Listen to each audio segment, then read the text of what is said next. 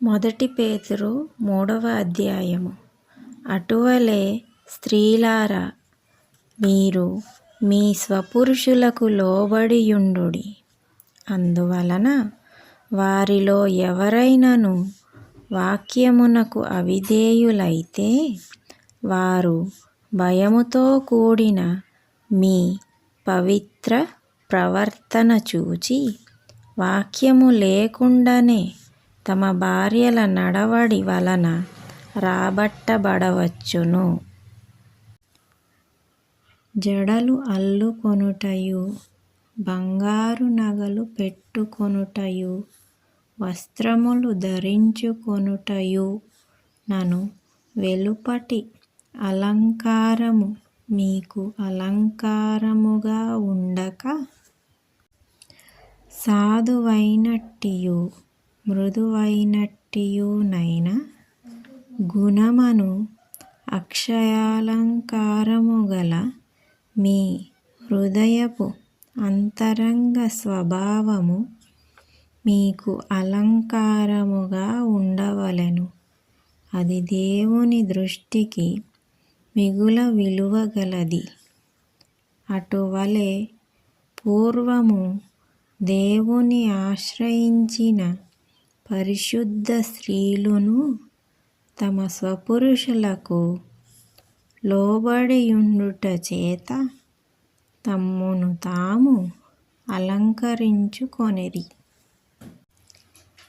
ఆ ప్రకారము శారా అబ్రహామును యజమానుడని పిలుచుచు అతనికి లోబడియుండెను.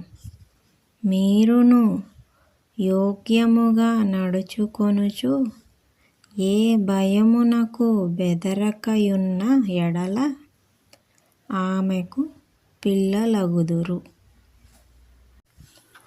అటువలనే పురుషులారా, జీవమను కృపావరములో మీ భార్యలు మీతో పాలివారైయున్నారని ఎరిగి, ఎక్కువ బలహీనమైన ఘటమని భార్యను సమ్మానించి, మీ ప్రార్థనలకు అభ్యంతరము కలగకుండునట్లు జ్ఞానము చొప్పున వారితో కాపురము చేయుడి.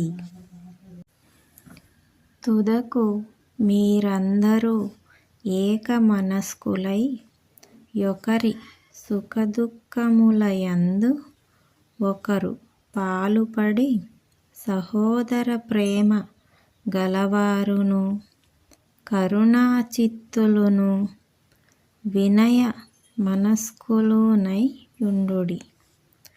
ఆశీర్వాదమునకు వారసులవుటకు మీరు పిలువబడితిరి గనుక, కీడుకు ప్రతి కీడైనను, దూషణకు ప్రతి దూషణయైనను చేయక దీవించుడి.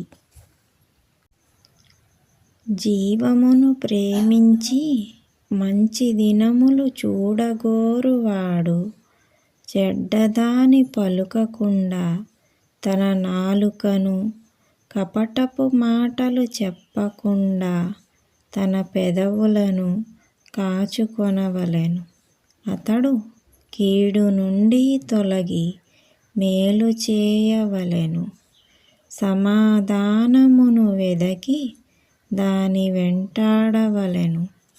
ప్రభువు కన్నులు నీతిమంతుల మీదను, ఆయన చెవులు వారి ప్రార్థనల వైపునను ఉన్నవి.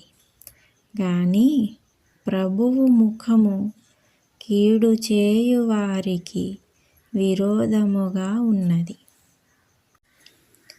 మీరు మంచి విషయములో ఆసక్తి గలవారైతే మీకు హాని చేయు వాడెవడు? మీరొకవేళ నీతి నిమిత్తము శ్రమపడినను మీరు ధన్యులే. వారి బెదిరింపునకు భయపడకుడి. కలవరపడకుడి. నిర్మలమైన మనస్సాక్షి కలిగిన వారై మీలో ఉన్న నిరీక్షణను గూర్చి మిమ్మును హేతువు అడుగు ప్రతి వానికిని సాత్వికముతోనూ భయముతోనూ సమాధానము చెప్పుటకు ఎల్లప్పుడూ సిద్ధముగా ఉండి మీ హృదయముల యందు క్రీస్తును ప్రభువుగా ప్రతిష్ఠించుడి. అప్పుడు మీరు దేని విషయమై దుర్మార్గులని దూషింపబడుదురో దాని విషయమై క్రీస్తునందున్న మీ సత్ప్రవర్తన మీద అపనింద వేయువారు సిగ్గుపడుదురు.